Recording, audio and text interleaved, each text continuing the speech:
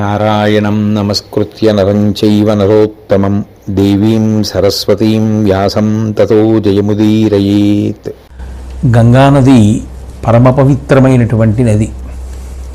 త్రిపథగా ఆకాశమునందు ప్రవహించినప్పుడు మందాకిని అన్న పేరుతో, భూమి మీద ప్రవహించినప్పుడు భాగీరథి అన్న పేరుతో, పాతాళమునందు ప్రవహించినప్పుడు భోగవతి అన్న పేరుతో విరాజిల్లుతుంటుంది.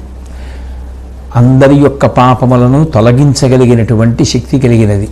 అటువంటి పరమ పవిత్రమైనటువంటి గంగానది తీరమునందు గుడారములను నిర్మించుకొని ధర్మరాజాదులందరూ కూడా విడిది చేసి ఉన్నారు.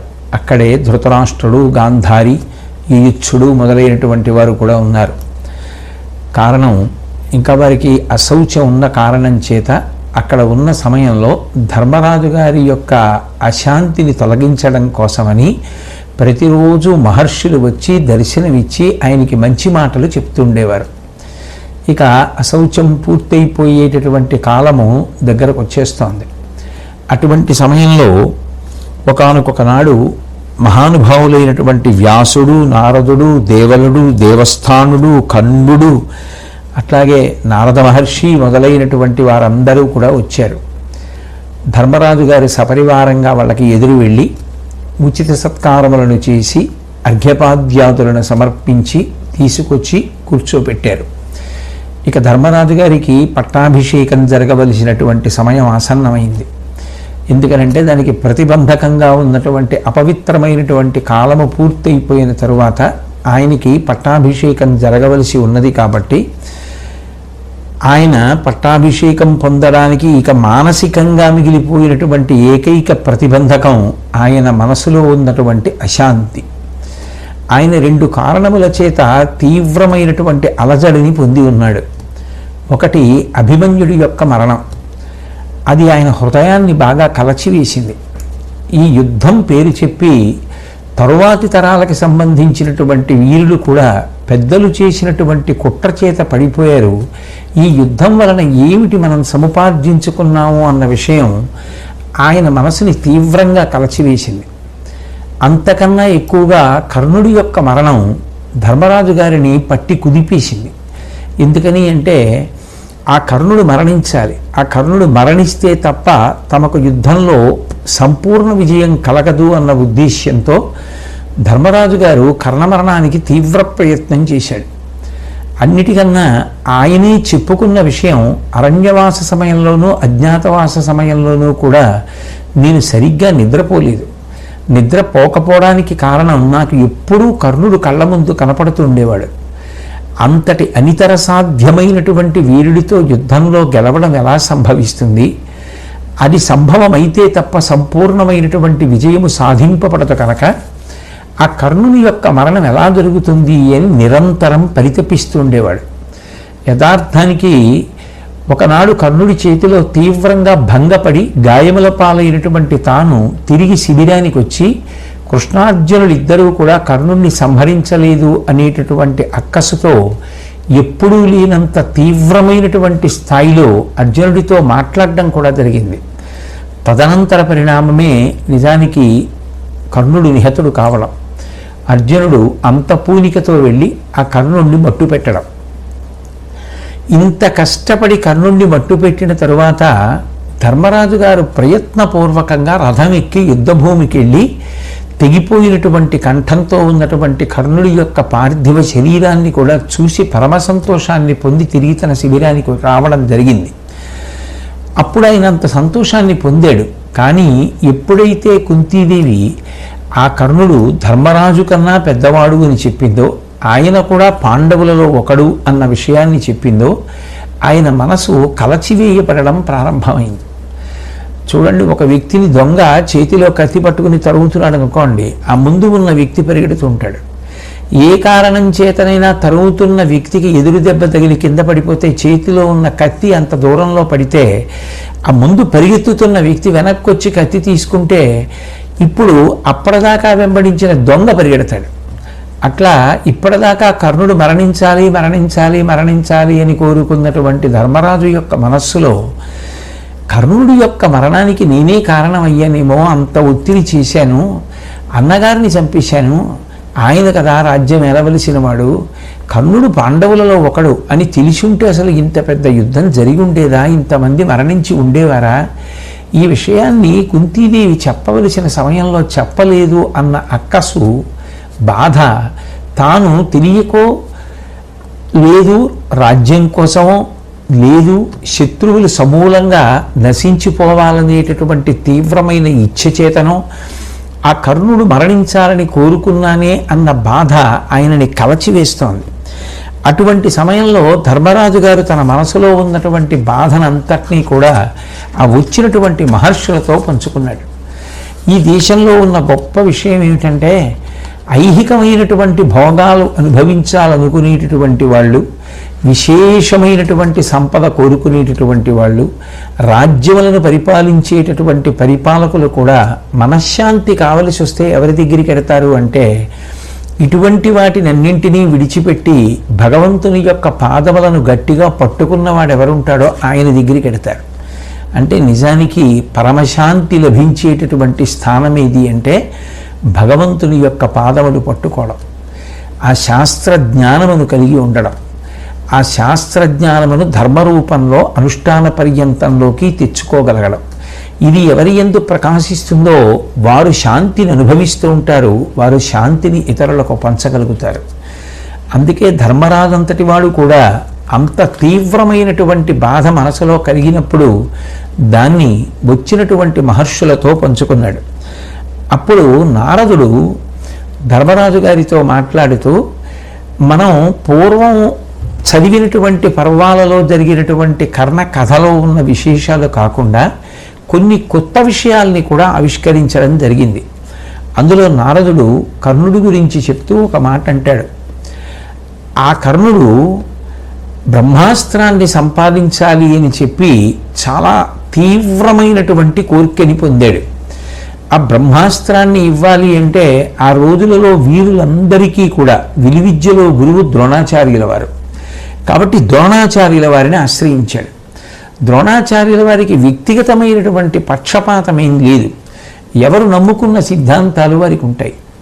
ఆయన శాస్త్రము చేత ప్రతిపాదింపబడినటువంటి విషయం ఆ కాలంలో, ఆ యుగంలో, ఆ రోజులలో శిష్యులకు విద్య ప్రబోధం చేసేటప్పుడు, ఉపదేశం చేసేటప్పుడు పాటించేటటువంటి నియమాల్ని దృష్టిలో పెట్టుకుని ఆయన అన్నాడు, వ్రత సమన్విత భూసుర వర్యుడుండే నిరుపమాన తపపుణ్యం నృపతి ఉండే కాని అన్యులు బ్రహ్మాస్త్రదానమునకు పాత్రములు కారు, నీకు ఈయన పడి కాదు అన్నాడు.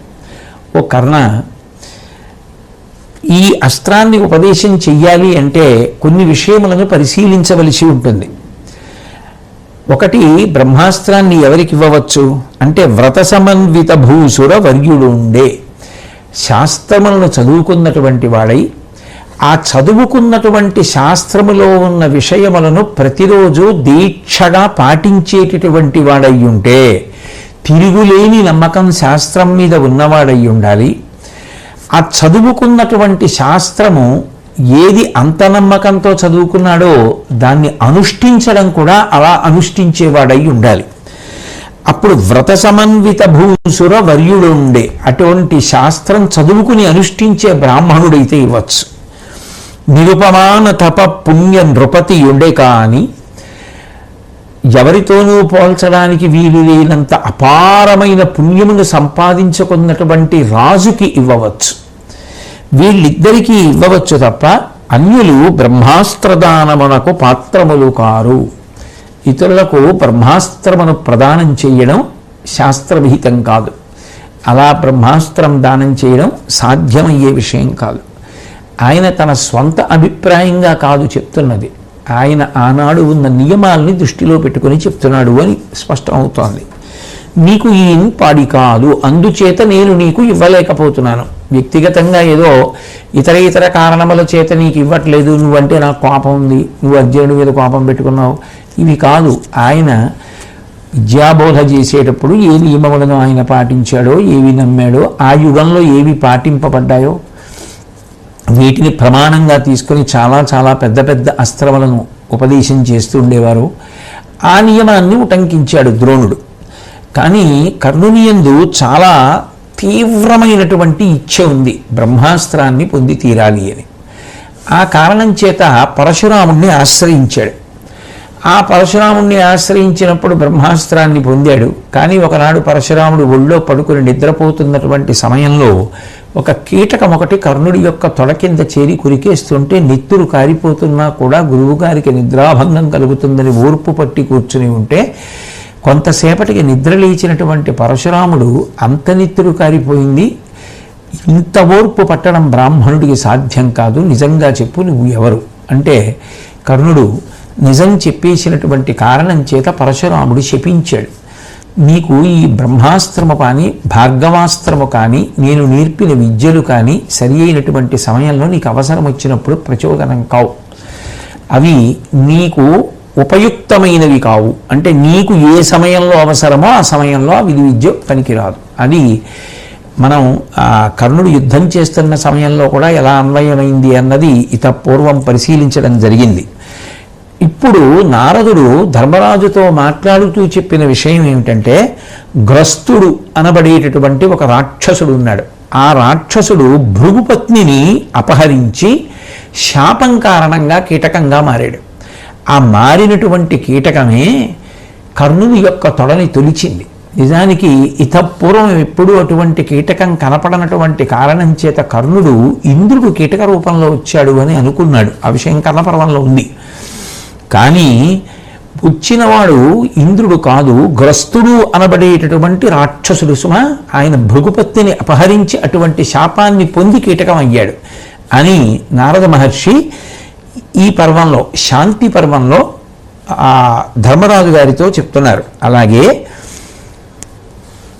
కళింగరాజు ఒకానొకప్పుడు తన యొక్క కుమార్తెకి స్వయంవరాన్ని ప్రకటించాడు. ఆ కళింగరాజు పేరు చిత్రాంగదుడు. ఆయన తన కుమార్తె అయినటువంటి శుభాంగికి స్వయంవరం ప్రకటిస్తే ఎందరో రాజులు వచ్చారు. వారందరూ కూడా నిలబడ్డారు, చేతిలో వరమాల పట్టుకుని ఆ శుభాంగి నడిచి వెడుతోంది. దుర్యోధనుడు కూడా ఉన్నాడు. ఆమె రారాజుని దాటిపోయింది. ఆయనకి ఎక్కడ లేని ఆగ్రహం కలిగి ఆ శుభాంగిని తన రథం ఎక్కించుకొని స్వయంవరానికి వచ్చినటువంటి రాజులందరితోటి యుద్ధం ప్రారంభం చేశాడు. ఆ సమయంలో కర్ణుడు ఆ రాజులందరినీ అడ్డగించినటువంటి కారణం చేత దుర్యోధనుడు ఆ శుభాంగిని హస్తినాపురానికి తీసుకుపోయాడు. తదనంతరం ఈ శుభాంగిని దుర్యోధనుడు తీసుకుపోవడంలో కర్ణుడు ఉపకరించాడనేటటువంటి బాధ మనసులో పెట్టుకున్నటువంటి జరాసంధుడు కర్ణుడిని యుద్ధానికి ఆహ్వానించాడు. ఇద్దరి మధ్య సంకుల సమరం జరిగింది.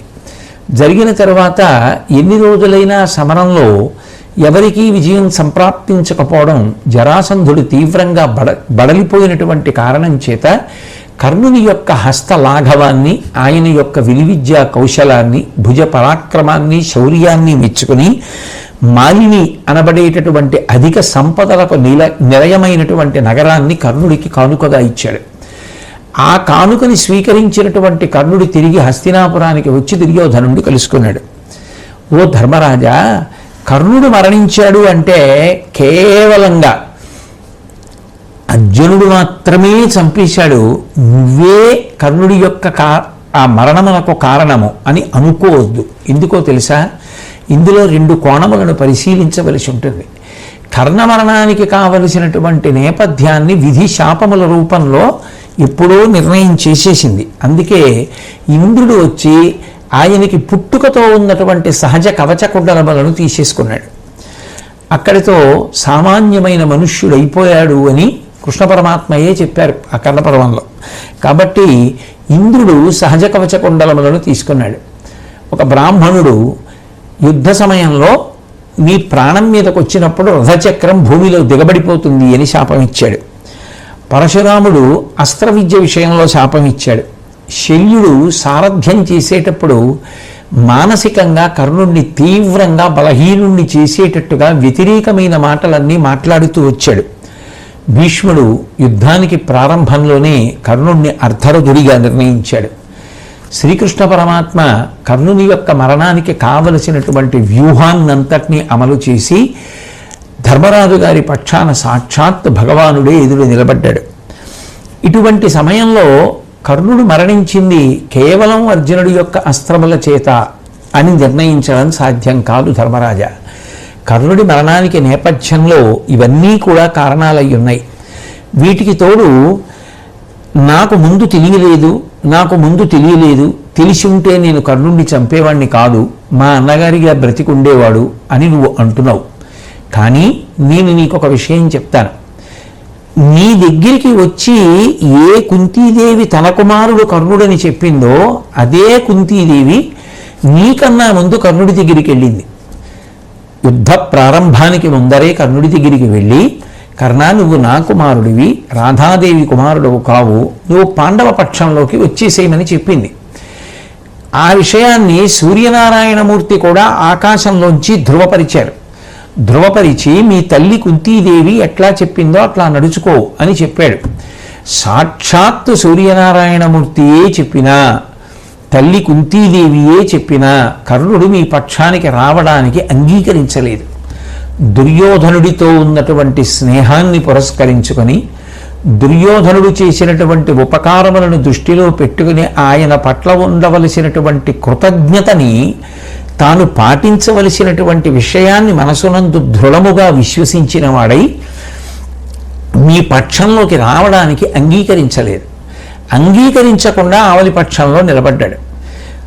ఆయన ఇటు రాకపోవడానికి అంగీకరించకపోవడం, అటు నిలబడి అర్జునుడితో యుద్ధం చేసినప్పుడు కర్ణుడు పడిపోవడానికి కావలసినన్ని శాపాలు ఆయనకి ఉండడం, ఆ పైన అర్జునుడు బాణప్రయోగం చేయడం, ఇవన్నీ కలిపి కర్ణుడి మరణానికి కారణమయ్యాయి. కాబట్టి కర్ణుడి మరణానికి నువ్వొక్కడివే కారణమైనట్టు, కర్ణుడిని చంపించింది నువ్వు ఒక్కడవే అయినట్టు నువ్వు మనసులో ఇంత బాధపడడం, యుద్ధం అంతా అయిపోయిన తరువాత నేను పట్టాభిషేకం చేసుకోవడానికి ఈ విషయం నన్ను మనసులో కుదిపేస్తోంది అని అనడం, అది ప్రతిబంధకంగా భావించడం యోగ్యంగా లేదు అని నారద మహర్షి ఆ కర్ణ సంబంధమైనటువంటి విషయాన్నంతటినీ కూడా వివరణ చేసిన తరువాత కొంతవరకు ధర్మరాజు గారి యొక్క మనసు శాంతి పొందిన ఇంతమంది బంధువులు మరణించారు, ద్రోణుడి విషయంలో గురువు విషయంలో అబద్ధం చెప్పాను, భీష్ముడిని శిఖండి నడ్డు పెట్టించి అర్జునుడి చేత కొట్టించాను, ఆయన మనసులో ఏవో భావాలు ముప్పిరి కొన్నాయి. యుద్ధం వరకు ఉత్సాహంగా చేసేశాడు, అందరూ మరణించారు, రాజ్యం వచ్చేసింది. కానీ ఇప్పుడు ఆయనకి ఏదో మనసులో విలితి భావన కలిగింది. ఇది మనుష్యుల యందు సహజంగా ఉండేటటువంటి ప్రవృత్తి. ఇంతమంది మరణించిన తరువాత, ఇంతమంది యుద్ధభూమిలో పడిపోయిన తరువాత ఇప్పుడు నేను పట్టాభిషేకం చేసుకుని ఎవరు సంతోషించాలి? ఏ తాత భీష్ముడు ఆశీర్వదించాలి? ఏ గురువు ద్రోణుడు నాకు అక్షతలు వెయ్యాలి? ఎవరు ఆనందపడాలి? ఏ మిత్రులు ఉన్నారు? ఏ బంధువులు ఉన్నారు? దేని కొరకు అని మనసులో ఏదో విలితి ఏర్పడింది. ఆ విలితి ఏర్పడిన కారణం చేత నేను రాజ్యాన్ని పొందడానికి యుద్ధం చేశాను. ఆ యుద్ధంలో ఎందరినో తెగటార్చాను. ఈ తెగటార్చిన కారణం చేత నాకు పాపము సంక్రమించింది.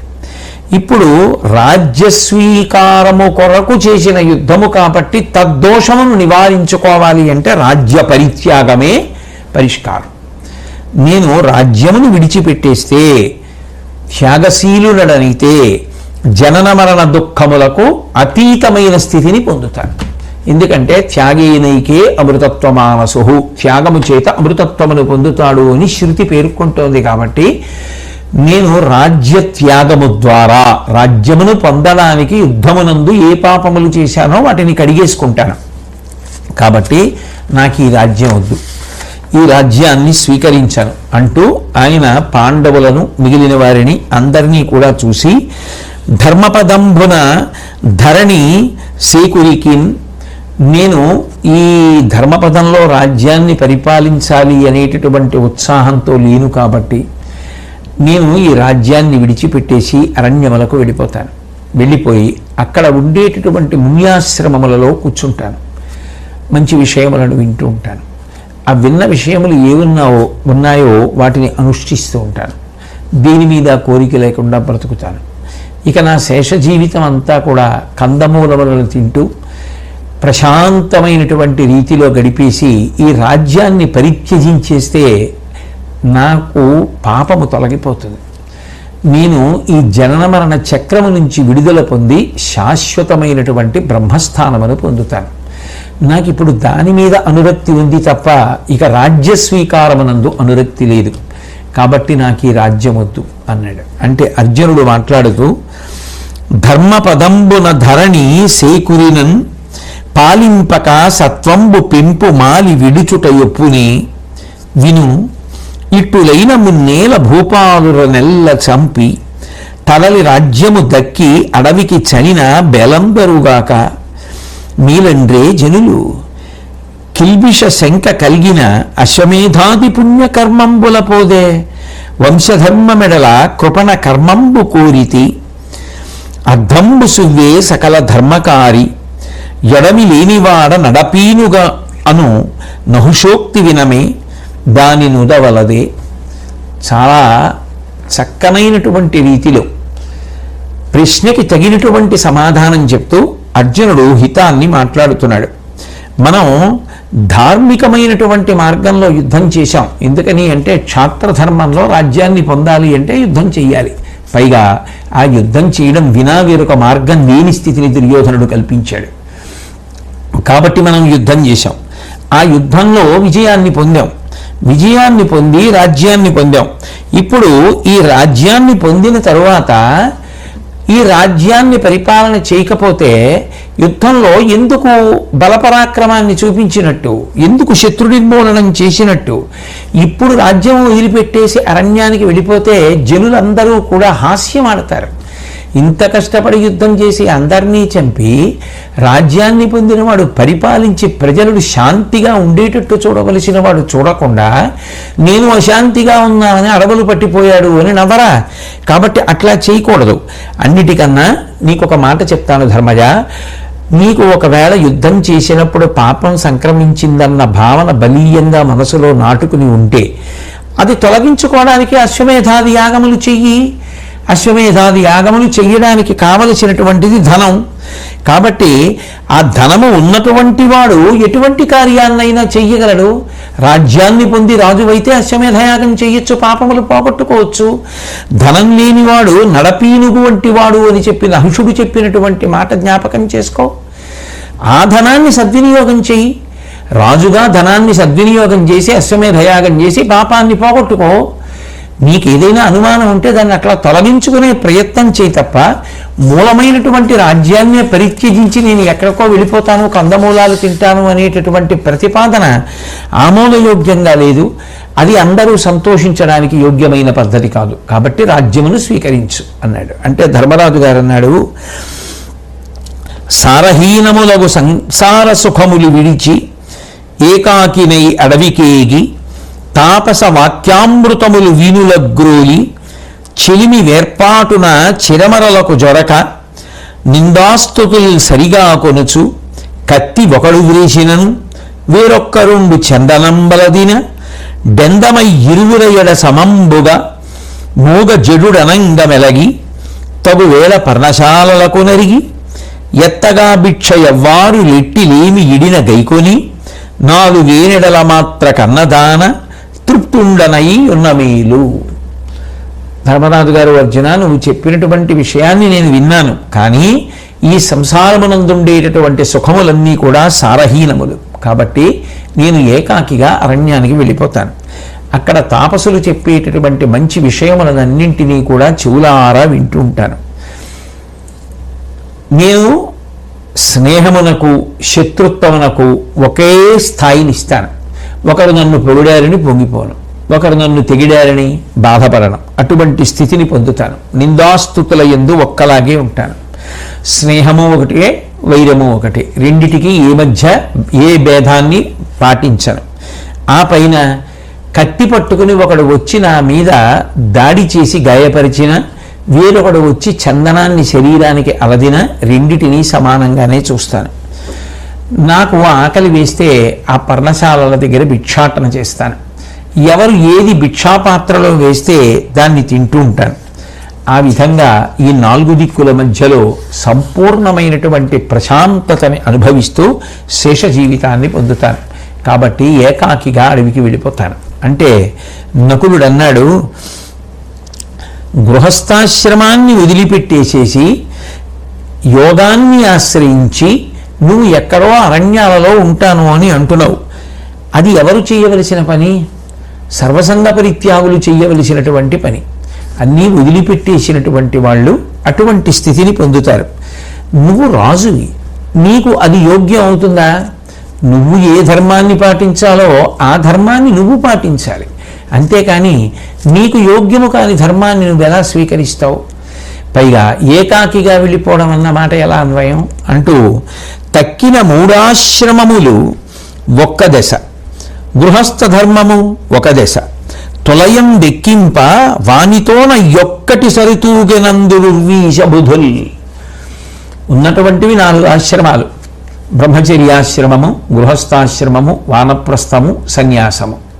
ఇందులో గృహస్థాశ్రమాన్ని ఆ త్రాసులో ఒక పక్కన పెట్టి మిగిలినటువంటి 3 ఆశ్రమాలు అయినటువంటి బ్రహ్మచర్యము, వానప్రస్థము, సన్యాసము తక్కెట్లో ఒక పక్కన పెడితే ఈ 3టికి ఎంత శక్తో గృహస్థాశ్రమానికి ఒక్కదానికి అంత శక్తి. ఎందుకని అంటే మిగిలిన 3 ఆశ్రమాలు గృహస్థు మీద ఆధారపడ్డాయి. బ్రహ్మచారి విద్యాభ్యాసం చెయ్యాలి అంటే భిక్షాటన చేసినప్పుడు గృహస్థు పోషిస్తాడు. వేదము అంగీకరించినటువంటి సుఖములు ఏవున్నాయో ఆ సుఖములను ధార్మికమైనటువంటి పద్ధతిలో అనుభవించిన తరువాత ఈ సుఖములు ఒక సుఖములా అన్న భావన వైరాగ్యముగా కలిగిన తరువాత ధర్మపత్నితో కలిసి వానప్రస్థానికి గృహస్థు వెళ్ళిపోతాడు. కాబట్టి అటువంటి వైరాగ్య భావన పొందడానికి కావలసినటువంటి ధార్మికమైన కోట ముందు అనుభవించవలసినది కూడా గృహస్థాశ్రమమునందే.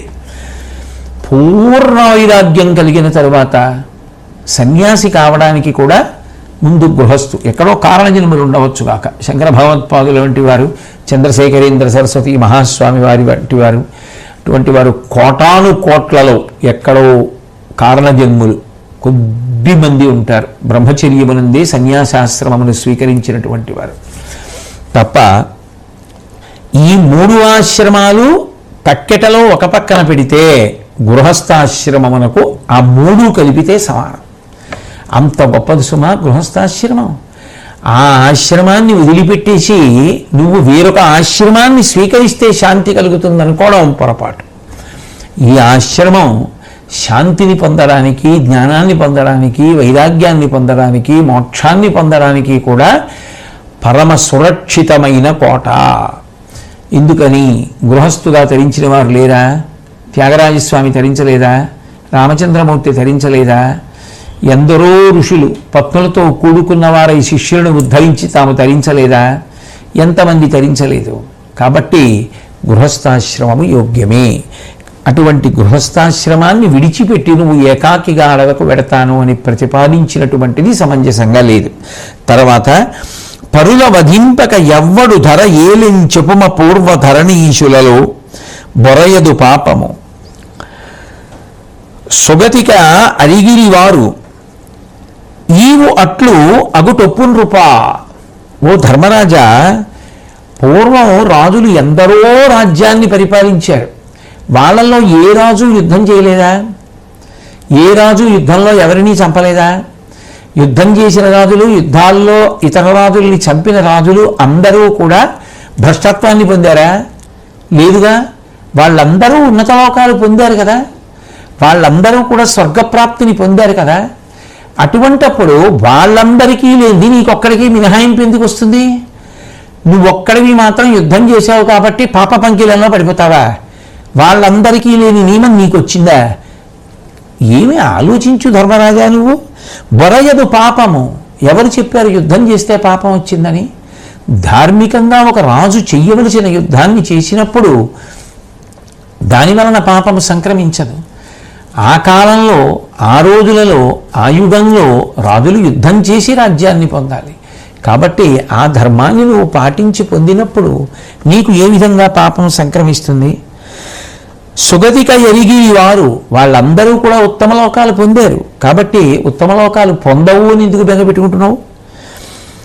ఈవు అట్లా ఎగటొప్పు నృపా, నువ్వు అట్లా అందరూ ఏ మార్గంలో ప్రయాణం చేశారో అలాగే ప్రయాణం చేయడం ఉత్తమం. అంతేకాని నువ్వు ఒక్కడివి మళ్ళీ వేరు మార్గాన్ని అనుసరిస్తాను అనడం సహేతుకంగా లేదు. తర్వాత ద్రౌపదీదేవి వచ్చి ఆవిడంది, పేద మనసగుట ధర్మువు కాదు నరేంద్రునకు, జగము కావం భ్రోవం కాదే, నృపు లోకపాలాంశోదితుగా చేసే పద్మయోని చతురతన్. ఒక మహారాజు యొక్క మనసు బలహీనపడిపోయినటువంటిదై ఉండకూడదు. ఎప్పుడు నిరాశతోటి నిస్పృహతోటి నేనేదో దోషం చేశాననేటటువంటి కృంగుబాటుతోటి ఏదో దోషం చేసినటువంటి వాళ్ళ దీనత్వంతో రాజు ఉండకూడదు. రాజు ధైర్యమునకు స్థైర్యమునకు మారుపేరుగా ఉండాలి. ఓ ధర్మరాజా, నువ్వు ధైర్యమునకు స్థైర్యమునకు మారుపేరుగా ఉండవలసిన వాడివి. అటువంటి వాడివి నీకు ఇటువంటి అక్కర్లేని ఆలోచనలు ఎందుకు వచ్చాయి? నేను యుద్ధం చేశాను, నన్ను పాపం అంటుకుంది, యుద్ధంలో వాళ్ళని చంపాను, అది పోవాలంటే మళ్ళీ రాజ్య పరిత్యాగమే మార్గం, నేను ఒంటరిగా ఎక్కడికో వెళ్ళిపోతాను, ఎక్కడో ఏవో కందమూలాలు తింటాను, ఏదో వింటూ ఉంటాను, ఎవరు ఏమన్నా పట్టించుకోను, ఈ మాటలు యోగ్యములా? కాబట్టి పేద మనసు ఒకట ధర్మము కాదు నరేంద్రునకును. మనసు బేలతనాన్ని పొందకూడదు. మనసు ధైర్యంగా స్థైర్యంగా ఉండాలి. నిజానికి సృష్టికర్త అయినటువంటి చతుర్ముఖ బ్రహ్మగారు దిక్పాలురు ఎటువంటి తేజస్సుతో ఉంటారో అటువంటి తేజస్సుతో అటువంటి శక్తితో రాజుని సృజించాడు. ఎందుకని? రాజు లోకరక్షణ చెయ్యవలసి ఉంటుంది, రాజ్య పరిపాలన చెయ్యవలసి ఉంటుంది, రాజదండమును చేత్తో పట్టుకోవలసి ఉంటుంది. దీని కొరకు రాజుని సృజిస్తే నువ్వు బ్రహ్మగారు ఏ ఉద్దేశ్యంతో సృజించారో దానిని పక్కన పెట్టి నీదైన రీతిలో నువ్వు నిర్ణయం తీసుకుంటాను అనడం శాస్త్ర విరుద్ధం అవుతుంది కదా. కాబట్టి అటువంటి ఆలోచన ఎందుకు చేస్తావు? బ్రహ్మదేవుడు రాజదండ నీతి అనేటటువంటి దాన్ని లోకంలో ప్రతిష్ఠించాడు. రాజుకి శిక్ష వేసేటటువంటి అధికారం ఉన్నది. ఒక పాపం చేసినటువంటి వాడికి రాజు శిక్ష వేస్తే ఆ పాపం ఇక్కడతో పోయింది. అంటే భగవంతుని యొక్క ప్రతినిధిగా రాజు దండమును చేత పట్టి పరిపాలన చేస్తాడు. నేను ఒకానొకప్పుడు ఎంత కష్టాన్ని పొందానో నీకు తెలుసు కదా. ఏకవస్త్రనై ఉన్నదానిని రజస్వలాదోషంతో ఉన్నదానిని అయినటువంటి నన్ను సభకి ఈడ్పించి ఒలువలు ఊడ్చడానికి దుర్యోధనాదులు ప్రయత్నించారు. దానికి తగిన శిక్ష నువ్వు వేశావు, యుద్ధం చేశావు, వాళ్ళందరినీ సంహారం చేశావు. అట్లాగే ఆ దుర్యోధనుడి తమ్ముడైనటువంటి దుశ్శాసనాదులను మట్టుపెట్టాడు. వాళ్ళకి ప్రియమిత్రుడైనటువంటి కర్ణుడు వాళ్ళ పక్షాన యుద్ధం చేసి వాళ్ళకి అనుకూలంగా మాట్లాడి వాళ్ళని రెచ్చగొట్టి చెయ్యకూడనటువంటి పనులు చేయించాడు కాబట్టి వాళ్ళని సంహరించావు. అయినప్పుడు అది దోషం ఎలా అవుతుంది? అది పాపం ఎలా అవుతుంది? ఏది నువ్వు చెయ్యాలో, ఏది నీకు విహిత కర్మో అది నువ్వు చేశావు. దండార్హులైన వారల దండింపక యున్న జువ్వే ధాత్రీ విభునా ఖండల సన్నిభునైన ప్రచండపు కిల్బిషము ఒందు జగతీనాథ. ఎవరిని శిక్షించాలో వారిని శిక్షించకపోతే ఇంద్రతుల్యుడైనటువంటి మహారాజైనా సరే ఆయనకి పాపం అంటుకుంటుంది. నువ్వు చేసిందేమిటి? ఎవరిని శిక్షించాలో వాళ్ళని శిక్షించావు. ఎవరు ధర్మమును విడిచిపెట్టేశారో, ఎవరు ధర్మ వ్యతిరేకంగా ప్రవర్తిస్తున్నారో వాళ్ళందరినీ మట్టు పెట్టావు యుద్ధంలో. కాబట్టి నువ్వు చేసింది ధర్మమే తప్ప అధర్మం కాదు. అధర్మమునకు తోడుగా వచ్చిన వాళ్ళందరినీ కూడా మట్టు పెట్టకపోతే అధర్మాత్మలను మట్టు పెట్టే అవకాశం లేదు. కాబట్టి యుద్ధం ఆ రీతిలోనే జరిగింది. కాబట్టి శిక్షించవలసినటువంటి వారిని శిక్షించకపోతే ఇంద్రతుల్యుడైన రాజుకైనా పాపం కలగవలసి వస్తే మరి ఆ పని చేయకపోతే ధర్మరాజా నీకు మాత్రం పాపం అంటదా? కాబట్టి నువ్వు చేసినది ధర్మమే తప్ప అధర్మము కాదు. కాబట్టి నువ్వు బెంగ పెట్టుకోవలసినటువంటి అవసరం లేదు. చక్కగా రాజ్యాన్ని స్వీకరించి రాజ్యమును పరిపాలించమన్నారు. మళ్ళీ అర్జునుడు మాట్లాడుతూ ధర్మరాజుతోటి, దక్షుడై భూపతి దండనీతి నయింపకున్న సన్యాసులు ఉత్పథ ప్రవర్తనులగుదురు, వావిరి నన్యోన్య ధనధాన్య పశు భూమి దార హరణమాచరింతురు జనులు, ఆ పాపమ విభుడునందు దండము హింసయుగ తలంపవలదు, దుర్వృత్తుల వధించు రుద్రుని గోవిందు వాసవు గుహుని చూడుము, ఆ మహాత్ములు తక్కు న్మార్గ చెరుల దండింతుల చేత వినమే అధర్మమడంగు ధర్మమెసగు దండమును అర్థంబు కామమును అదూష్యంబులై సిద్ధినుందు నధిపా. అర్జునుడు చాలా చాలా సారవంతమైనటువంటి మాటని చెప్తున్నాడు. దక్షుడై భూపతి దండనీతి నయింపకున్న సన్యాసులు ఉత్పథ ప్రవర్తనులగుదురు. రాజు రాజదండాన్ని చేతిలో పట్టుకోకపోతే, తప్పు చేసిన వారిని శిక్షిస్తాను అని అనకపోతే అది ఎంత తీవ్రమైన స్థితికి వెళ్ళిపోతుంది అంటే, అట్లా చేస్తారు అని కాదు, అంత వ్యవస్థ తల్లకిందులైపోతుంది అని చెప్పడం కోసమని అర్జునుడు చెప్తున్నాడు.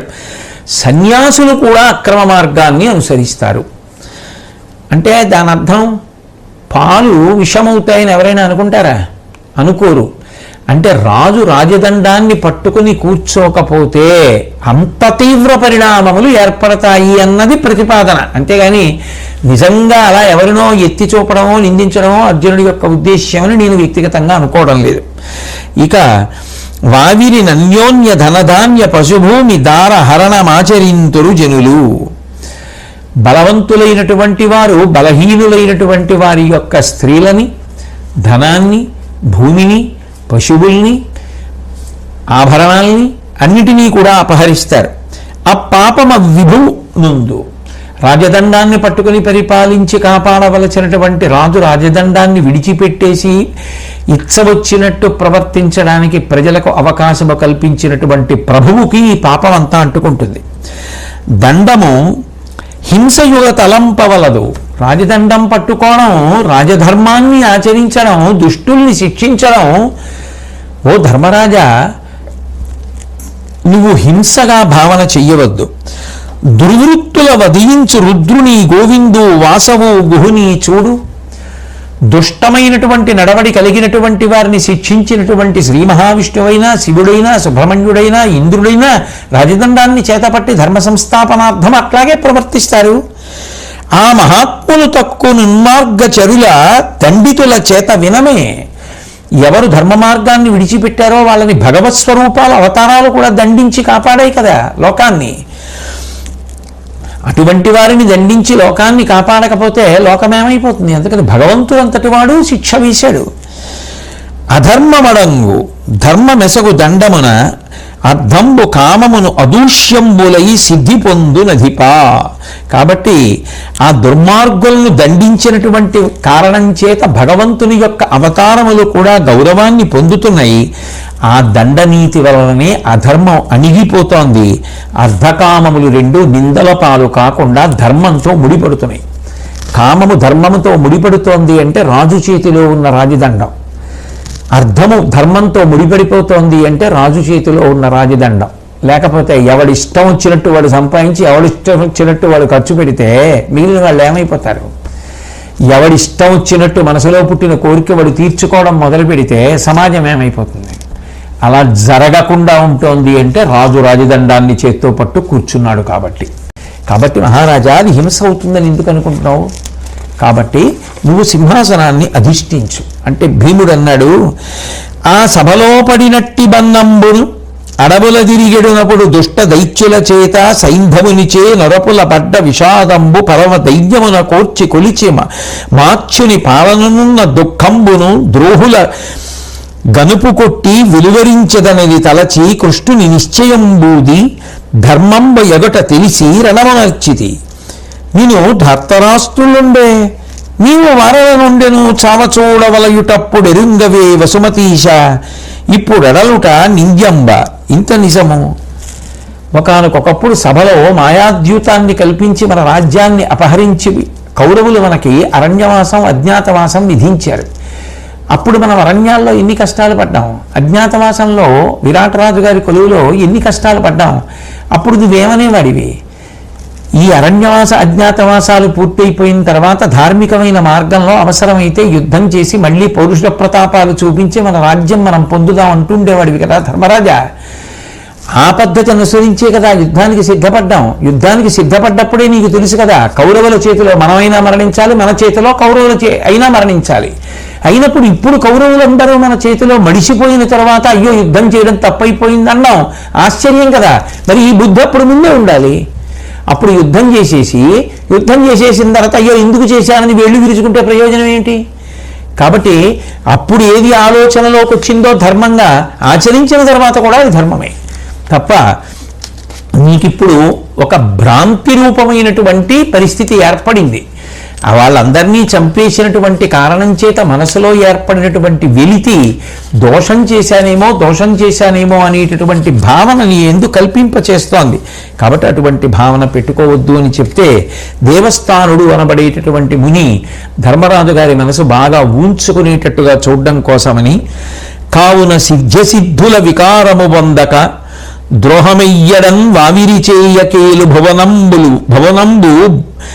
భవత్కుల ధర్మరక్షివై భూవరులిట్లు చేసి తుది పుత్రుల గద్దియలందు నిల్పి కాదే వనవాసులైరి దృఢదీప్త నిరంజన బోధ సంపదన్. ఓ ధర్మరాజా, జయాపజయాలనేటటువంటివి రాజులకు కలుగుతూనే ఉంటాయి. ఒక్కొక్కసారి యుద్ధంలో గెలుస్తారు, ఒక్కొక్కసారి ఓడిపోతూ ఉంటారు. జయాపజయములు విధి నిర్ణీతములు. కానీ ఆ జయాపజయములకు పొంగిపోకుండానూ ఉండగలగాలి, కృంగిపోకుండానూ ఉండగలగాలి. మనస్సు యందు వికారములు పొందకుండా ఉండాలి. స్థిరచిత్తంతో మనిషి నిలబడి ఎవరినీ మోసం చెయ్యకుండా కులధర్మాన్ని కాపాడుకుంటూ నీకు సంప్రాప్తమైన రాజ్యాన్ని నువ్వు పరిపాలించాలి. పరిపాలించిన తరువాత నీ కుమారులను సింహాసనమునందు ప్రతిష్ఠించి వానప్రస్థాశ్రమాన్ని ఆశ్రయించి జ్ఞానమును పొంది పునరావృత్తి రహిత శాశ్వత శివ సాయుధ్య స్థితిని పొందాలి. అది క్రమం. ఇత పూర్వం నీకు ముందు పరిపాలన చేసినటువంటి రాజులందరూ అనుష్ఠించినటువంటి మార్గము అదే. అయినప్పుడు పెద్దలందరూ ఏ మార్గమునందు ప్రయాణం చేశారో, ఏ మార్గమునందు ప్రయాణం చేసి వాళ్ళందరూ ఉన్నతిని పొందారో దాన్ని వదిలిపెట్టకూడదు కదా. కాబట్టి నువ్వు కూడా అట్లాగే రాజ్యాన్ని స్వీకరించి చక్కటి మనసుతో అధ్యవసాయముతో కూడుకున్న బుద్ధితో పరిపాలన చెయ్యి. తర్వాత వ్యాస భగవానుడు వచ్చి అన్నాడు, అంటే ధర్మరాజు గారి యొక్క మనసు ఇంకా ఊగుతూనే ఉంది. ఆ మనసు సువ్యవస్థితమయ్యే పర్యంతం, పట్టాభిషేకానికి అంగీకరించే పర్యంతం ఏదో నచ్చ చెప్పడం కాదు, ధర్మవాక్కుల చేత ఇంతమంది ప్రబోధం చేస్తున్నారు. వ్యాసుడన్నారు, అర్జును పలుకు సత్యంబు సమీచీనము ఆర్యజనంబు గృహస్థ ధర్మం ఉత్తమంబని చెప్పు ఉర్వీష పశుపక్షులాదిగా జీవులకాశ్రయంబు నృపులకు అది తక్క తపమును దమమును బ్రహ్మచర్యమును ధర్మములు కావు. ధనముల దనియుట అని కొహటించుట ప్రజల రక్షింపమి రాజకోటికరియ పాతకంబులండ్రు. నీవక్కట వేదచోదనా ప్రవీణమైన మనసు నేల ఇట్ల అమార్గవృత్తికి చొరనిచ్చదు ఓపి ధరణియేలు మనగా. వ్యాస భగవానుడు అద్భుతమైనటువంటి విషయాన్ని, పరమసారవంతమైన విషయాన్ని ప్రతిపాదన చేస్తున్నాడు. అర్జునుడు ఏది చెప్పాడో ధర్మరాజా అది పరమసత్యం. లోకంలో ఆర్యజనంబు గృహస్థ ధర్మం ఉత్తమమని చెప్పుదురు ఉర్వీష. పెద్దలైనటువంటి వారు అన్ని ఆశ్రమాలలోకి గృహస్థాశ్రమమే చాలా చాలా గొప్పది అని చెప్తూ ఉంటారు. ఎందుకని అంటే మిగిలిన 3 ఆశ్రమములే కాదు, పశువులు పక్షులు మొదలైనటువంటి సమస్త జీవుల యొక్క పోషణ గృహస్థు మీదే ఉంది. గృహస్థు తాను వండుకుంటాడు, తింటాడు, శేషము అన్నిటికీ పెడతాడు భూతబలి ద్వారా, భూతయజ్ఞము ద్వారా. అట్లాగే రేపటి కొరకు తీసుకుని దాచుకోగలిగినటువంటి స్థితి, అటువంటి హక్కు ఒక్క గృహస్థుకే ఉన్నాయి. మరి ఆ గృహస్థు లేనప్పుడు సమాజంలో పశుపక్షాదులు కూడా పోషింపబడవు. అందుకే గృహస్థాశ్రమము చాలా గొప్ప ఆశ్రమము. ఒక రాజు గృహస్థాశ్రమమునందుండి లోకమునకు ఎక్కువ మేలు అందించగలడు. ఒక వ్యక్తి గృహస్థాశ్రమంలో ఉంటే తాను తరించడానికి మార్గం అవుతుంది. ఒక రాజు గృహస్థాశ్రమంలో ఉండి రాజదండమును చేతపట్టుకుంటాడు కాబట్టి సమాజమును అంతటినీ కూడా హితకరమైన మార్గంలో నడిపిస్తాడు. అటువంటి రాజు నేను తపస్సు చేస్తాను, ఇంద్రియ నిగ్రహం కోసం ఎక్కడికో వెళ్ళిపోతాను, బ్రహ్మచర్యాన్ని పాటిస్తాను అనడం ధర్మము కానీ కాదు. ఒక రాజు రాజధర్మాన్ని పాటించాలి. ఆ రాజధర్మాన్ని పాటించడానికి గృహస్థాశ్రమంలో ఉండాలి. రాజదండాన్ని చేతపట్టి విస్తృత ప్రయోజనాన్ని సాధించడానికి లోకమంతటా శాంతిని నెలకొల్పి ఎవరు పట్టుకోవలసిన ధర్మం వారు పట్టుకునేటట్టుగా ధర్మాత్ముడై రాజు చూడాలి. అటువంటి రాజే ధర్మం వదిలిపెట్టి తనకు అక్కర్లేని ధర్మం పట్టుకుని అడవి కెడతానంటే సమాజము తలకిందులైపోదు. కాబట్టి ధర్మరాజా, ధనముల దనియుట, నాకు డబ్బు అక్కర్లేదు అని రాజు అనకూడదు. రాజు ధనాన్ని సంపాదించాలి.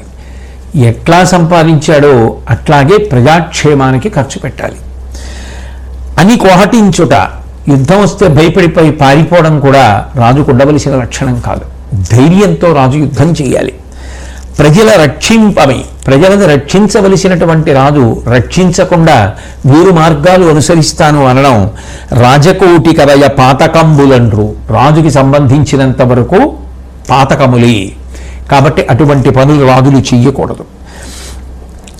నువ్వు వేదం చదువుకున్నవాడివి, వేదం చేత చెప్పబడినటువంటి మార్గములు తెలిసిన్నవాడివి. అటువంటి వాడివి ఏ మార్గమునందు వెళ్ళకూడదో ఆ మార్గాన్ని ఎంచుకుంటాను అని నువ్వు అనకూడదు. కాబట్టి రాజ్యాన్ని పరిపాలన చెయ్యి. రాజదండాన్ని పట్టుకోవడం ద్వారా పాపము చేసిన వారి యొక్క పాపమును కూడా తొలగించగలవు. ఎందుచేత ఒక వ్యక్తి పాపం చేశాడు, దాని ఫలితం దుఃఖం. ఎప్పుడు ఆ పాపము యొక్క ఫలితాన్ని దుఃఖంగా వచ్చే జన్మలలో అనుభవించాలి. పునర్జన్మ సిద్ధాంతం సనాతన ధర్మమునకు ప్రాణప్రదము.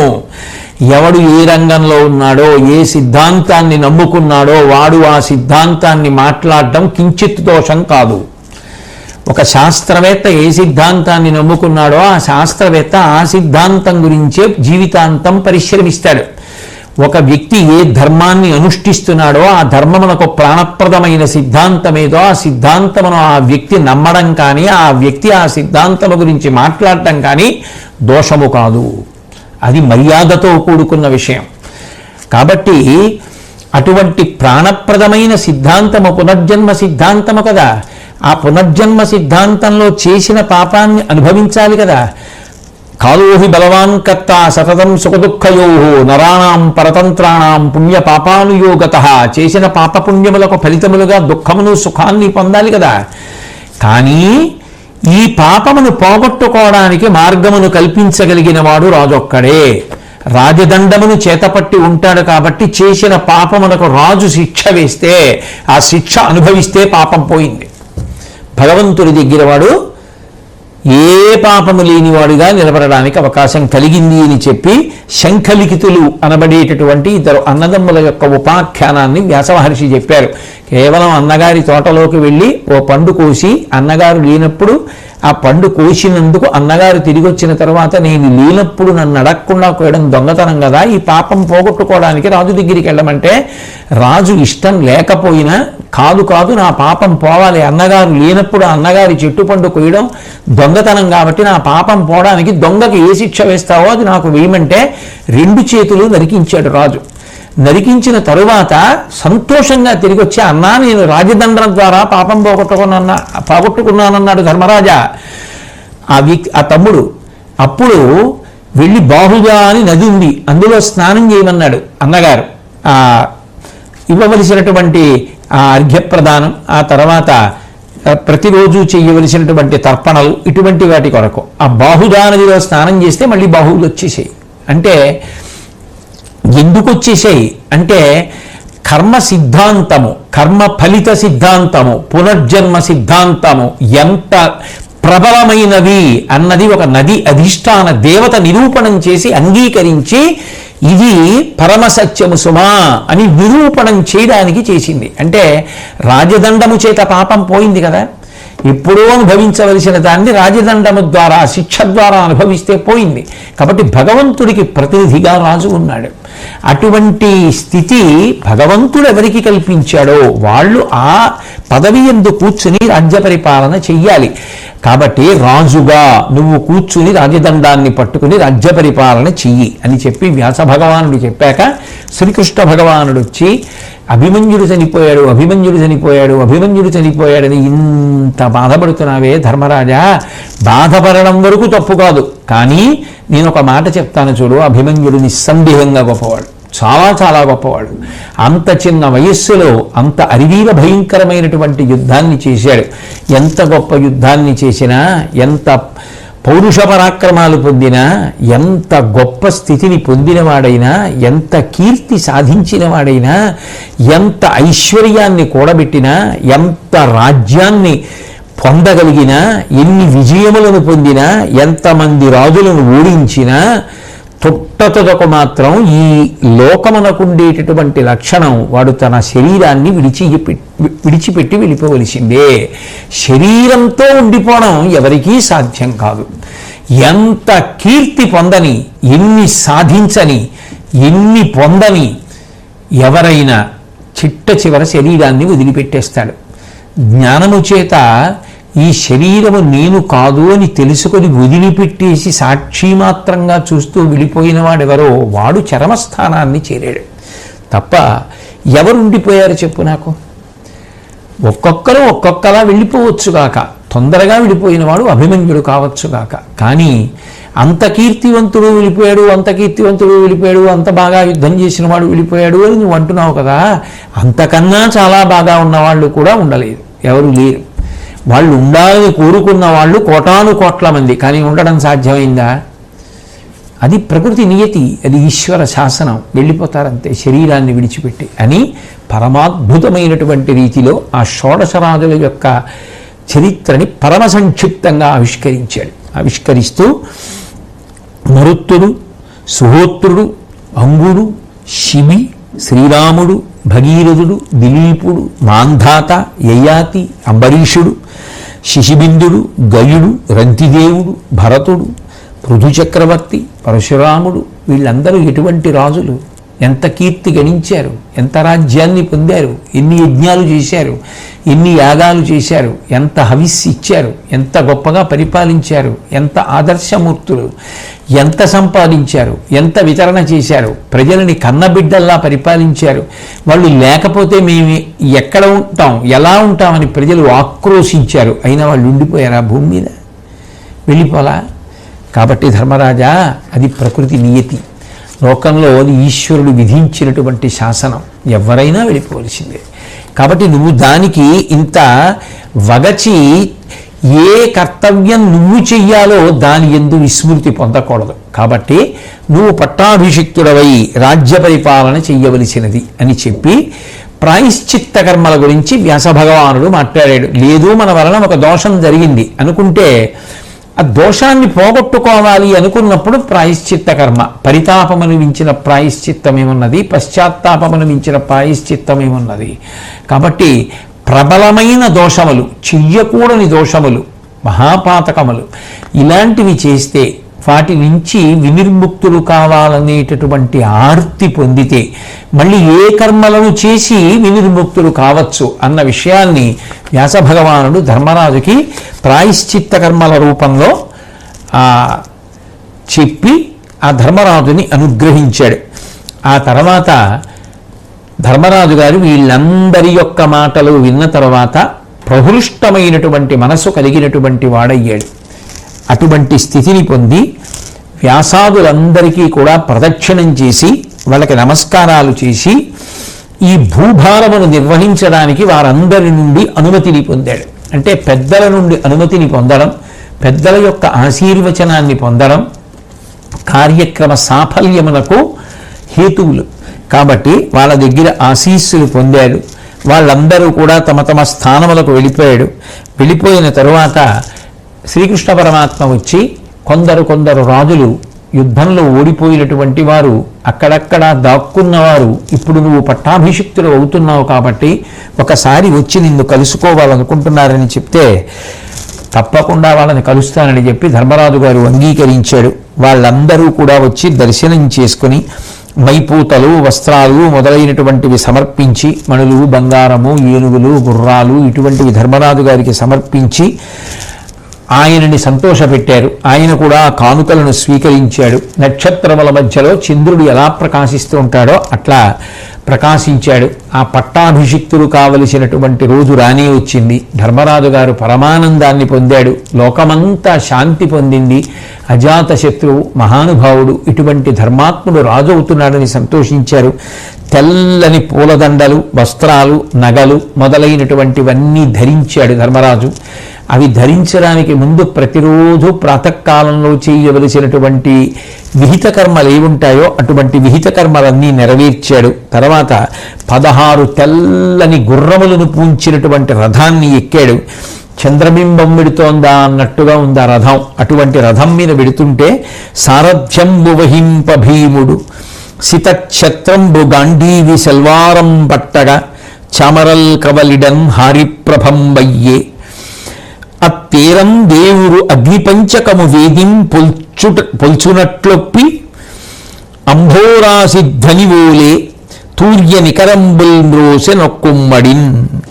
భీముడు ఆ రథానికి సారథ్యం చేశాడు. అర్జునుడు తెల్లటి గొడుగు పట్టుకున్నాడు.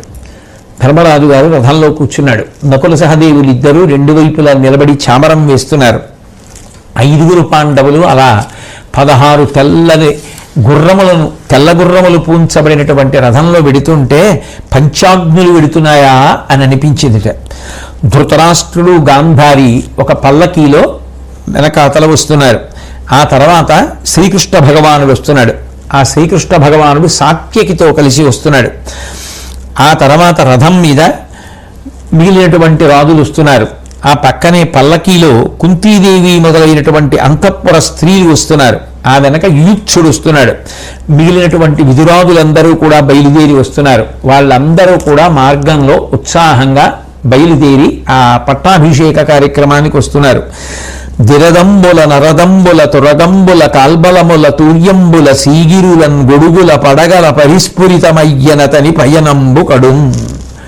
ఆ వెడుతున్నప్పుడు ఏనుగులు, రథాలు, గుర్రాలు, ఆ వచ్చేటటువంటి పదాతిదళం, విద్యామరలు, ఛత్రాలు, చామరాలు, రాజలాంఛనాలు వీటన్నింటితోటి కూడా పరమ మంగళప్రదమైనటువంటి యాత్రగా శుభప్రదంగా ఆ ధర్మరాజు గారు విడుతున్నటువంటి పద్ధతి లోకానికంతటికీ కూడా కనపడింది.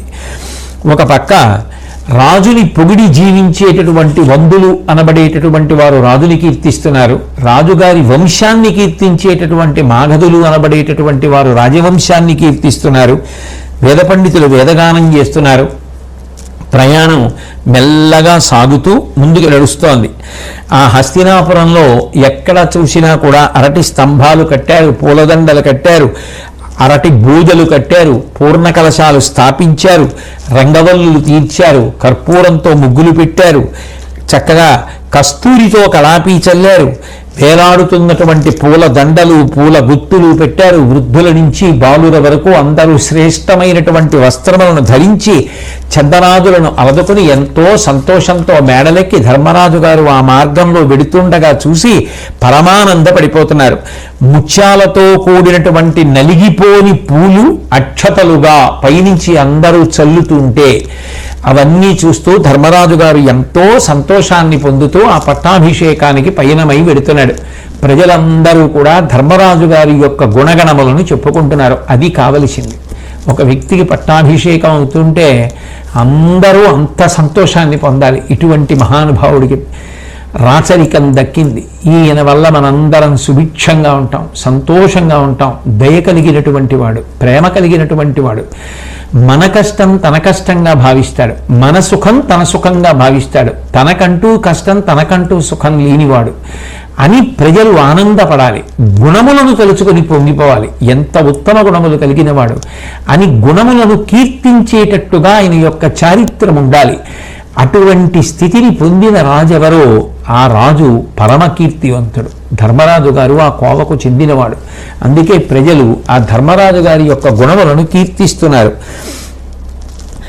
దిగ్విజయంబునం తేజస్వియయ్యు అజాతశత్రుండన చనునితండే రాజసూయ మహాద్ధరము చేసి విప్రుల కనక రత్నాదుల తనిపెనితడే నిత్యవ్రతంబుగా సత్యంబు పాలించు నిష్ఠ అస్కలితగా నెరపెనితడే ధర్మైక నిరతుడీతండొక్కరుడు చువ్వేని పల్కుటకు పాత్రమయ్యనితడే బలము తగవును ధర్మంబు వెలయ పగర అనవశేషంబుగా తెగటార్చనితడే అనగ మరియును వివిధ కీర్తనల హర్షవచనముల ఉల్లసిల్లు రవంబు మిగిలే. పరమభయంకరమైనటువంటి యుద్ధం జరిగినప్పుడు ఆ యుద్ధంలో కోట్ల మందిని తెగటార్చిన అజాతశత్రువు అనేటటువంటి పేరు పొందినటువంటి మహానుభావుడు ఈయనే అని ప్రజలు చెప్పుకుంటున్నారు. రాజసూయం చేసినప్పుడు విప్రులకు బంగారము ధనము అవన్నీ కూడా విశేషంగా దానం చేసినటువంటి మహానుభావుడు ఆయనే. సత్యాన్ని వ్రతంగా పరిపాలన చేస్తూ ఎప్పుడూ సత్యము తప్పనివాడు ఆయనే. ధర్మమును అనుష్ఠించడంలో నిరంతరం కూడా జాగరూకతతో ఉండి ధర్మమును తప్పనటువంటి వాడు ఈయన ఒక్కడే.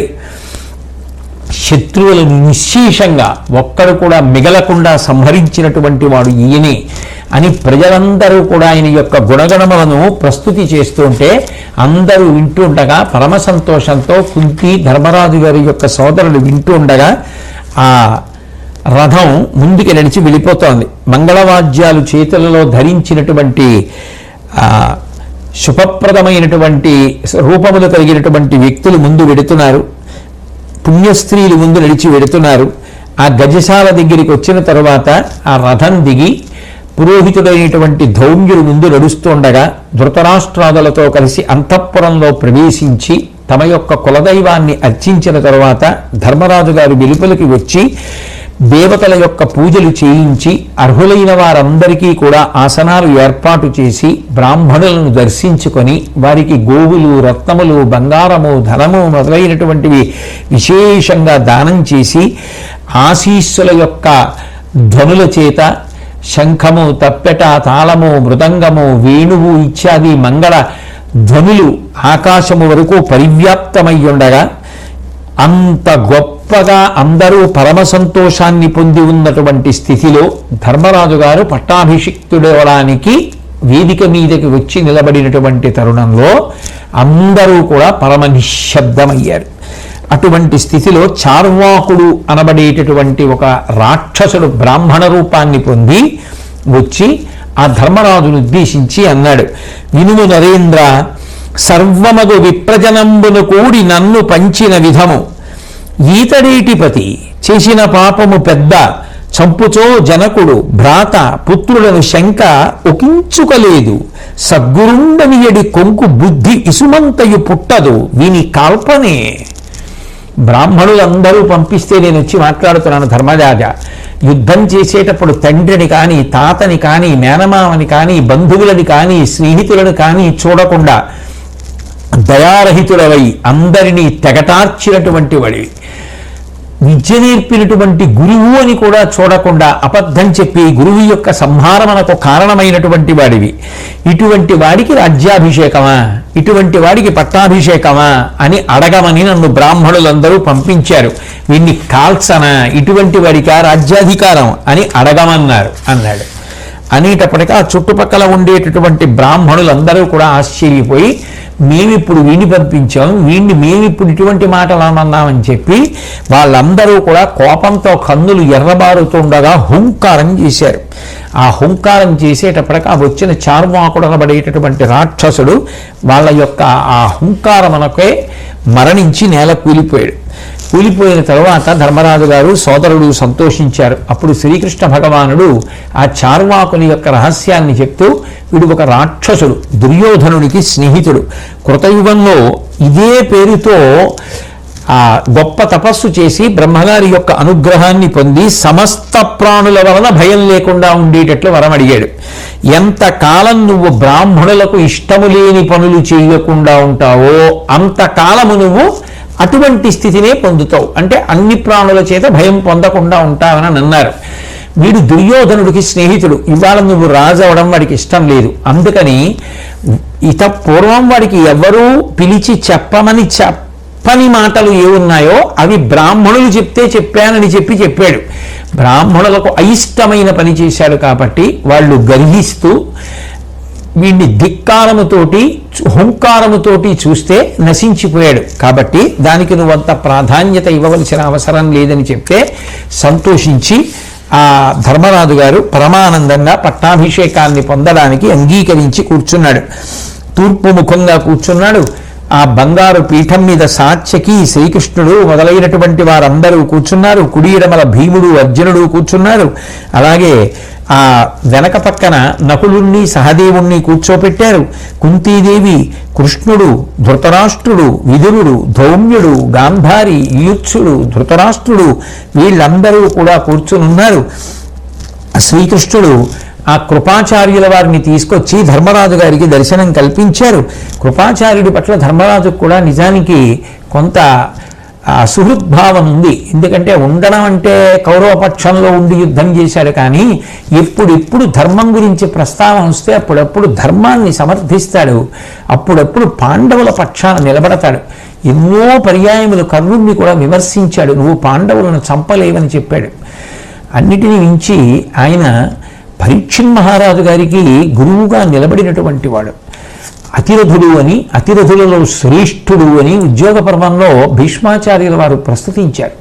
ధర్మరాజంతటి వాడు కూడా యుద్ధాన్ని ప్రారంభం చేసే ముందు కృపాచార్యుల వారిని అడిగితే నేను అవధ్యుడను, కానీ నీకే విజయం కలగాలని ఆశీర్వదిస్తున్నాను అన్నాడు.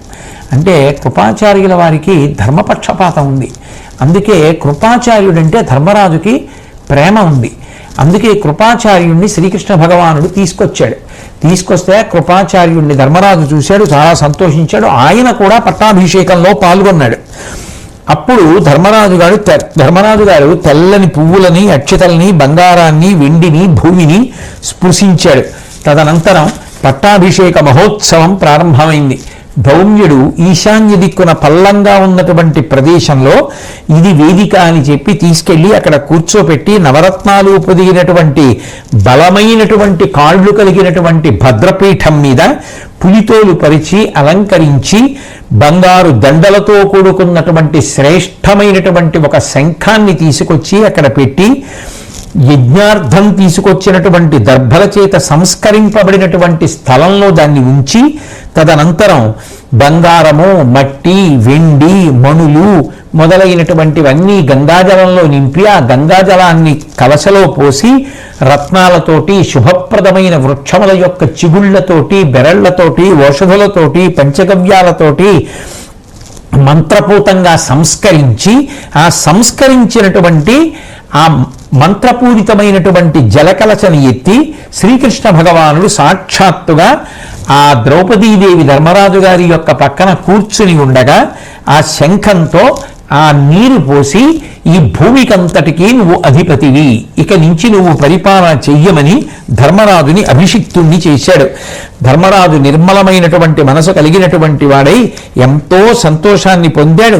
మిగిలినటువంటి పౌరులు, ప్రముఖులు, ధృతరాష్ట్రుడు మొదలైనటువంటి వాళ్ళందరూ కూడా సుహృద్భావంతో వచ్చి ఆయనకి పట్టాభిషేకం చేశారు. ధృతరాష్ట్రుడే రాజు, మీరు పూర్వం ఆయన్ని ఎలా గౌరవించారో అలాగే గౌరవించవలసినది అని అర్జునుడు ఆయన పట్ల గౌరవాన్ని చూపించాడు. భీముణ్ణి యువరాజుగా ప్రకటించాడు ధర్మరాజు గారు. తర్వాత రాజగుణములను ఎప్పుడూ ఆలోచింపచేసి అమలయ్యేటట్టుగా చూడ్డానికి విదురుణ్ణి అంగీకరింపజేశాడు. అలాగే ఆదాయ వ్యయాలు చూడ్డానికి సంజయుణ్ణి నియమించాడు. సేవకులకు జీతాలు ఇప్పించడానికి, వారి చేత పని చేయించడానికి నకులుణ్ణి నియమించాడు. యుద్ధములను నిర్వర్తించడానికి, రాజ్య సంరక్షణ చూడడానికి అర్జునుణ్ణి నియమించాడు. అలాగే బ్రాహ్మణులకు సంబంధించినటువంటి కార్యకలాపములన్నింటినీ కూడా పర్యవేక్షించడానికి ధౌమ్యుడికి అధికారం ఇచ్చాడు. నిరంతరం తన పక్కన ఉండి తన యొక్క రక్షణ కర్తవ్యాన్ని నిర్వర్తించేటటువంటి అధికారాన్ని చివరి తమ్ముడైనటువంటి సహదేవుడికి కట్టపెట్టాడు. ఈ విధంగా ఎవరికి అప్పజెప్పవలసినటువంటి పనులు వాళ్ళకి అప్పజెప్పి చలివందిరులను సత్రంబులు పెట్టించను, తటాకములు దేవగృహములు కల్పించను, బంధుజనులకు సుగతి ఎగుటకై వినుతభంగి నృపా. ఆ బంధువులందరూ యుద్ధంలో పోయిన వారు ఎవరున్నారో వాళ్ళందరికీ ఉత్తమ గతులు కల్పించాలి అన్న ఉద్దేశ్యంతో చలివేందరాలు పెట్టించాడు, చెరువులు తవ్వించాడు. దేవాలయాలు నిర్మాణం చేయించాడు. లోకమున కలుగు భూసుర లోకమునకు నెల్ల గోవులం పసిడియు నానాకల్పంబులు బంధులకై కోటి విధముల నిచ్చెన తులిత భక్తిన్. ఈ భూమి మీద ఉన్నటువంటి బ్రాహ్మణులందరికీ కూడా తన బంధువులకు సద్గతులు కలగాలన్న ఉద్దేశ్యంతో గోవుల్ని బంగారాన్ని విశేషంగా దానం చేశాడు. అలాగే ఆ ధర్మరాజు గారు శ్రీకృష్ణ భగవానుణ్ణి ఉచితమైనటువంటి వచనముల చేత గౌరవించాడు. అమల భవదీయ సుప్రసాదమున చేసి పితృపితామహక్రమయోగ్య పీఠమైన వినుత సామ్రాజ్యమునకేని విభుడనై కృతార్థతానంద పూర్ణుండ నైతి కృష్ణ. మా వంశంలో మా తాతలు తండ్రులు అనుభవించినటువంటి ఈ రాజ్యాన్ని పరిపాలించడానికి అనుకూలంగా ఇవాళ నేను సింహాసనం మీద కూర్చుని పట్టాభిషిక్తుడినయ్యానంటే శ్రీకృష్ణ పరమాత్మాది కేవలము నీ యొక్క నిర్హేతుక కృపాకటాక్ష వీక్షణముల వలన సంభవమైంది తప్ప అన్యథా వేరొక విధంగా సంభవం అయ్యేది కాదు కదా. బావలని మరుదులని మా మీద ఇంత ప్రేమ చూపించి నీతో కలుపుకొని మా యొక్క శ్రేయస్సుని చూడడం నీ యొక్క నిరతిశయమైనటువంటి ప్రేమకు కారణము. ఆదిమ పురుషుడవగుట అగుటను వేదంబులు చెప్పు అవి వెలుచు పలుకగా నీ దృక్ప్రకారుడని దామోదర నీ పెంపిరుంగనుల కలవియే. ఈశ్వర ఆది పురుషుడవు, అందరికన్నా ముందున్నవాడవు నువ్వే, అంతము లేని వాడవు నువ్వే. నీకు అనేకమైనటువంటి నామములు. నిజానికి నీ గురించి చెప్పడానికి వేదములు కూడా భయపడతాయి. ఎందుకంటే నీ యొక్క వైభవాన్ని చెప్పడం వేదములకే సాధ్యం కాదు. అటువంటి మహత్తరమైనటువంటి వైభవాన్ని కలిగినటువంటి వాడివి. దురితముల చెరుప శుభముల పెరింగింపంజాలు నట్టి పేళ్లులు నీకు పురుషోత్తమ కడుపిక్కవి పరమార్థ ద్యోతకములు భావింపంగన్. నువ్వు ఒక్కొక్కసారి ఒక్కొక్క గుణాన్ని ఆవిష్కరించినప్పుడు గౌణములై నీకు ఎన్నో నామములు. ఆ నామములు పలకడం పరమాత్మతత్వాన్ని ప్రకాశింపచేసేటటువంటివే తప్ప వేరొకటి కాదు అని చెప్పి ఆ శ్రీకృష్ణ పరమాత్మని స్తుతి చేసి ఆయన అనుగ్రహము తనకు సోదరులకు ఎల్లకాలముల యందు ఉండాలి అని ధర్మరాజు గారు అపేక్షించాడు.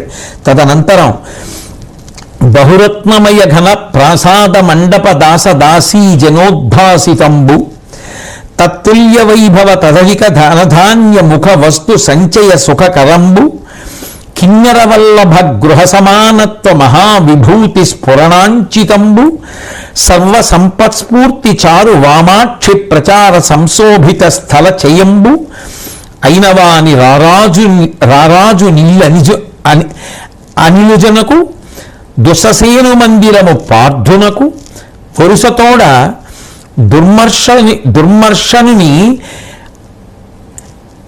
దుర్మర్షనునియును దుర్ముఖునియు ఇండ్లు కవలకు సంప్రీతినిచ్చే నృపతి.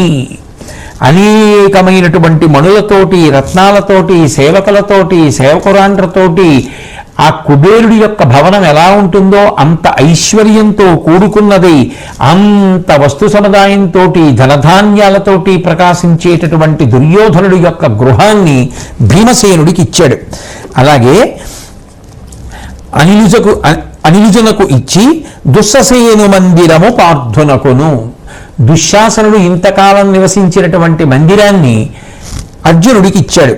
వరుసతోడ దుర్మర్షనుని దుర్ముఖుని వీళ్ళిద్దరూ ఉన్నటువంటి ఇళ్ళు, దుర్మర్షనుడు దుర్ముఖుడు అనబడేటటువంటి ఆ కౌరవ సోదరులు నివసించినటువంటి ఇళ్ళు ఏమున్నాయో వాటిని నకుల సహదేవులకు ఇచ్చాడు. ఇచ్చి సాత్యకి శ్రీకృష్ణుడు వచ్చినప్పుడు అర్జునుడితో కలిసి అర్జునుడి గృహంలో ఉండేటట్టుగా ఏర్పాటు చేశాడు. ఇత పూర్వం ధృతరాష్ట్రుడు విదురుడు సంజయుడు మొదలైనటువంటి వారు ఏ ఇళ్లల్లో ఉండేవారో వాళ్ళని ఆ ఇళ్లల్లోనే ఉండమని చెప్పాడు. తాను అద్భుతమైనటువంటి అంతఃపురంలో ఉండడం ప్రారంభం చేశాడు. ఇంతకాలం మీరు నా కోసం ఎన్నో కష్టాలు పడ్డారు, అరణ్యవాసం చేశారు, అజ్ఞాతవాసం చేశారు, మీరందరూ కూడా సంతోషంగా ఉండండి.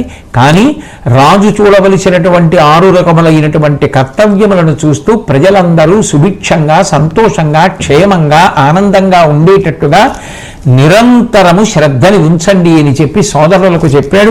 శ్రీకృష్ణ పరమాత్మ యొక్క అనుగ్రహ విశేషం చేత పట్టాభిషిక్తుడైనటువంటి ధర్మరాజు సోదరులందరితో కలిసి ఎంతో సంతోషంగా ఆనందంగా ఉన్నాడు. కొడుకులందరూ మరణించినప్పటికీ ధర్మరాజు యొక్క సోదరులు చూపించినటువంటి ప్రేమ భావన చేత అటు ధృతరాష్ట్రుడు, గాంధారి, ఆ పాండవులను కన్న తల్లి అయినటువంటి కుంతీదేవి, ఇన్ని ఇడుగులు పడినటువంటి ద్రౌపదీదేవి అందరూ కూడా ఎంతో సంతోషాన్ని పొందారు. ధర్మాన్ని పట్టుకున్న వాళ్ళని తీరాలకు చేర్చి ఎంత సంతోషాన్నైనా నేను కట్టబెట్టగలను అన్న నా ఉద్దేశ్యాన్ని నెరవేర్చుకున్నాను అని చెప్పి శ్రీకృష్ణ పరమాత్మ సంతోషంగా ఉన్నారు. అందరూ సంతోషంగా ఉన్నారు. ధర్మాన్ని పట్టుకున్న వాళ్ళు ఎప్పటికైనా ఎంత గొప్ప స్థితికైనా చేరుకుంటారు. ఎన్ని కష్టాలు పడ్డా ధర్మాన్ని పట్టుకున్నవాడు పాడయ్యేది లేదు. ఎన్ని భోగాలు అనుభవించినట్టు కనపడినా అధర్మాన్ని పట్టుకున్నవాడు బాగుపడేది లేదు అన్న విషయాన్ని నిరూపణం చేస్తూ జరిగినటువంటి ధర్మరాజు గారి యొక్క పట్టాభిషేకం చదవడం, చెప్పడం, వినడం ఇవన్నీ కూడా లోకములకంతటికీ శాంతి కారణములు. అందుకని శాంతి పర్వంలో పట్టాభిషేకమైంది. ధర్మరాజు గారికి పెద్దల యొక్క మాటల వలన అశాంతి నశించింది. ఆ తరువాత భీష్ముడితో ధర్మరాజు గారికి ఎన్నో ధర్మపన్నాలు శ్రీకృష్ణ పరమాత్మ చెప్పిస్తారు. ఇంత పరమ పవిత్రమైనటువంటి ఈ ఘట్టం పూర్తయిన తరువాత మిగిలినటువంటి విషయాల్ని రేపు సాయంకాలం మళ్ళీ తిరిగి కలుసుకున్నప్పుడు శ్రీకృష్ణ పరమాత్మ నా చేత ఎంతవరకు పలికిస్తే అంతవరకు పలుకగలవాడను అని మనవి చేస్తూ సెలవు తీసుకుంటున్నాను. స్వస్తి.